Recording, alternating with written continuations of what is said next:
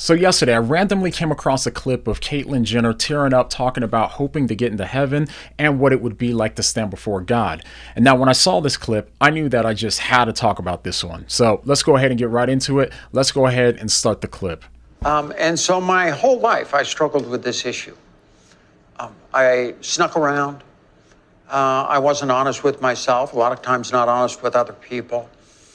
And that all changed when I finally had my final conversation with God. Discussed it with all my children, but the last thing I had to do was sit down with my pastor. Because if anybody has any issues in their life that they're struggling, and everybody does, everybody's got stuff they have to deal with. And if they have any faith in their soul whatsoever, they sit there and they go, God, why'd you do this? Why is this issue for me of identity in my head 24 hours a day, every day, 365 days out of the year? You can't take 2 aspirin, get plenty of sleep, wake up the next morning, and you're fine. It's just always there. It's who you are. But why? And so this question was always in my heart. And I sat down with my pastor, and you know what? I thought, is there a reason for this? Am I doing the right thing? Do I need to come out and make a difference in probably the most marginalized community in the world? After long thought, I said, you know what? At this point in my life, my kids are raised, everybody's fine. Maybe it's time I take care of myself. Because when that day comes and you go up to the pearly gates and you're walking up the stairs and you're seeing God in front of you, and you just ask that question, did I do a good job? Did I do the right thing? And just hope he says, hey, come on in. I did a good job. So that's what my life's been about.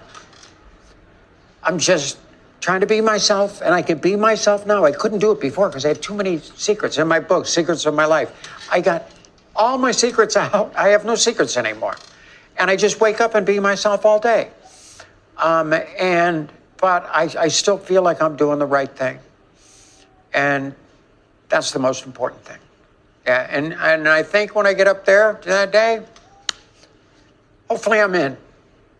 Okay, so there was a lot there, and there's so many different things that I would love to discuss, but I've got to get on a flight in a couple of hours, so let's just talk about two of the things that stuck out to me the most. Alright, so first off, no matter how you see the situation, gender dysphoria sounds like it would no doubt be a really hard thing to deal with, and you can see it in Caitlyn's eyes, so I could for sure empathize with people who struggle with stuff like that. How Caitlyn feels is honest, and I can tell it's something that would no doubt be hard to deal with.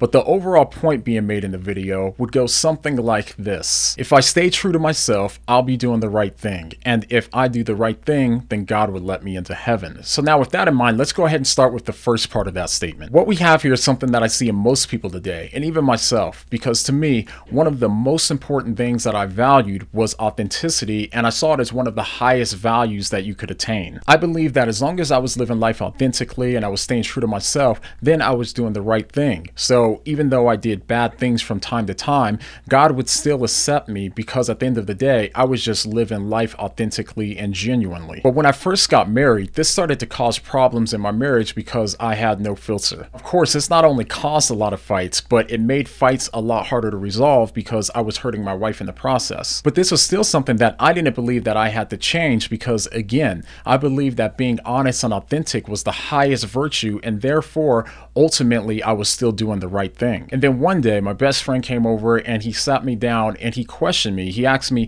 why I would say these hurtful things to my wife sometimes. Now, of course, I told him that I was just being authentic, and then he asked me why I felt like I had to be authentic all of the time. Now, to me, the question didn't even make sense because it seemed so obvious to me that the virtuous thing to do was just to be honest and authentic all of the time. And that's when he looked me in the eye and he said, a lot of the time, your authentic nature is your sinful nature. And when he said it, that stuck with me. It sounds wild, but I really actually never thought that way about it before because culture had always told me that being my authentic self was always a good thing. And when you think about it, most of the wrong things that we do, they feel authentic and like the right thing to do at the time when we do them. This is why self-control is a fruit of the spirit, because we all have an authentic self that's sinful and shouldn't be expressed despite how strongly we feel it deep down inside. Now, there's one more thing that Caitlyn said that I just gotta talk about, and that's this. Because when that day comes and you go up to the pearly gates and you're walking up the stairs and you're seeing God in front of you and you just ask that question, did I do a good job? Did I do the right thing? And just hope he says, hey, come on in. I did a good job.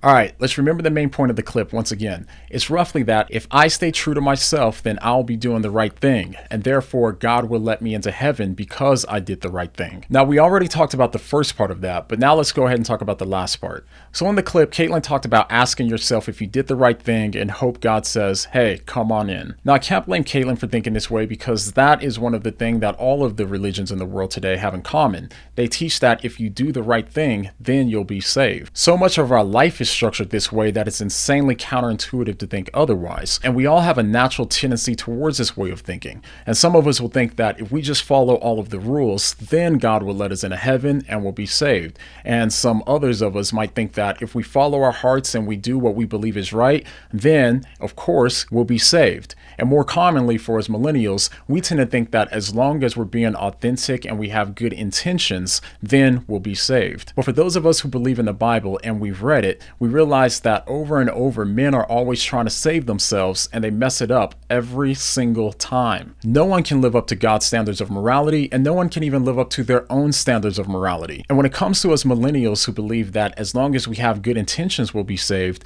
if we dig deep enough, we'll start to find that our intentions are constantly plagued with selfishness and sinful desires. But the good news is that God knew this, and he knew that he had to meet the standards for us. And this is why God loved us so much that he put on human flesh and came into our world and lived the perfect life that we know that we couldn't live, so that way our salvation would be judged by the life that he lived rather than the life that we lived. And even more, he offers that life to us as a free gift. All we have to do is accept it. So I can relate to Caitlyn in that I also believe that I was doing the right thing by being my authentic self, and I believe that God would accept me because I was doing that right thing. But now I know that even if being our authentic self was always a good thing, we aren't saved based on the good things that we do or the life that we live. Instead, we're saved by the good things that Jesus did and by the life that he lived. So if there was only one thing that I could say to Caitlyn, it would be that as long as we try to qualify ourselves by what we do,